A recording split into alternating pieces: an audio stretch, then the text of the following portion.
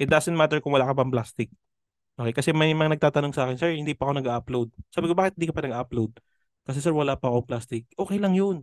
Kasi pagdating ng driver, kung meron ka ng order, pagdating ng driver, hingi ka ng plastic sa driver, sa Amazon driver. Bibigyan ka na ng plastic.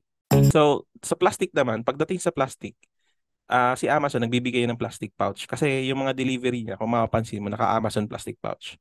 So, si Amazon, nagbibigay siya ng plastic sa mga sellers. Okay? Kailangan natin mag-request ng plastic.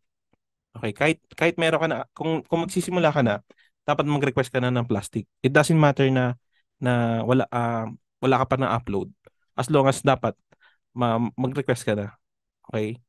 Tapos kung nag-start ka na, sorry, dapat pala mag-upload ka na kahit wala ka pang plastic. Upload ka ng upload ng products. Yung binebenta mo na sa Amazon. It doesn't matter kung wala ka pang plastic. Okay, kasi may mga nagtatanong sa akin, sir, hindi pa ako nag-upload. Sabi ko, bakit hindi ka pa nag-upload? Kasi sir, wala pa ako plastic. Okay lang yun. Kasi pagdating ng driver, kung meron ka ng order, pagdating ng driver, hingi ka ng plastic sa driver, sa Amazon driver. Bibigyan ka na ng plastic. Okay? So, dito sa slide na to, kung makita mo, dito ka magre-request ng plastic. Okay? Pero expect mo na hindi siya darating in just 3 days. Paminsan inaabot siya ng 1 week to 2 weeks. Ganun katagal. Okay? So dapat wag mong patagalin na hindi ka pa nag-upload. Okay? Basta pag wala pa yung plastic, okay lang 'yan. Okay? Pag may nag-order sa iyo, tsaka mo siya hingan ng plastic si my friend.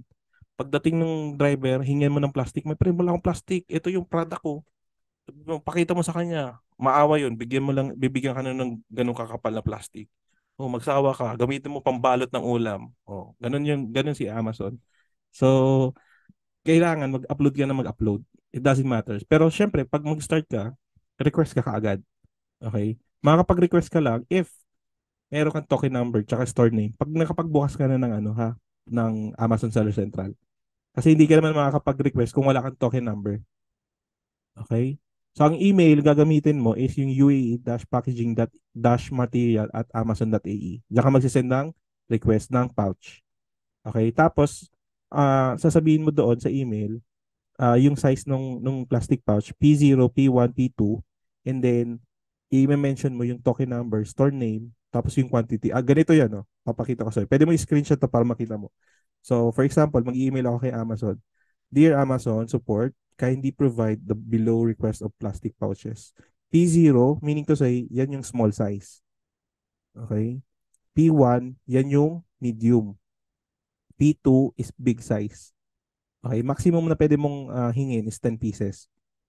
Okay? Pero pag si my friend nagdala sa iyo, as in makapal ang bibigay sa iyo, wala yung pakialam kung 10 pieces hinihin. Basta ang bibigay yan ng plastic, wala naman silang pakialam eh. Okay? So, pag dumating yun, sagutin mo lang, my friend, kailangan ng plastic. Okay, kahit hindi ka makabenta, okay lang bibigyan ka nila ng plastic. So, ang merchant token, ganito itsura. It's a combination of alphabet and digits. Okay? Tapos yung store name mo, yung mamaya, pa nag-create ka na ng store name, let's say for example, Angeline Furles, di ba? Angeline Carrefour, parang ganun. So, pwede ka mag-create ng store name mo mamaya during registration. Okay, tapos thank you, best regard, Ace Miller. Okay? So, yun. Pwede ba i-screenshot to para may guide ka? Okay? And then, yan. Para makita mo yung token number, ganito lang yan. So, pagbukas mo ng account mo, yung dashboard mo, makikita mo dyan, sa upper right side, meron siyang parang gear icon. Okay? Pagka-click mo ng gear icon na yan, may lalabas na option.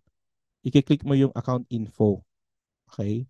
Pagka-click mo ng account info, okay, lalabas dyan yung merchant token. Ulitin ko So dito, sa dashboard mo, kiklik mo yung account info. Okay? Pagka-click mo ng account info, lalabas din yung merchant token. Okay? Yung itsura ng merchant token, yung pinakita ko kanina. Okay, hindi ko na dyan pinakita kasi ano yan, yung ano to, yung shop namin to. So, hindi ko na pinakita dyan.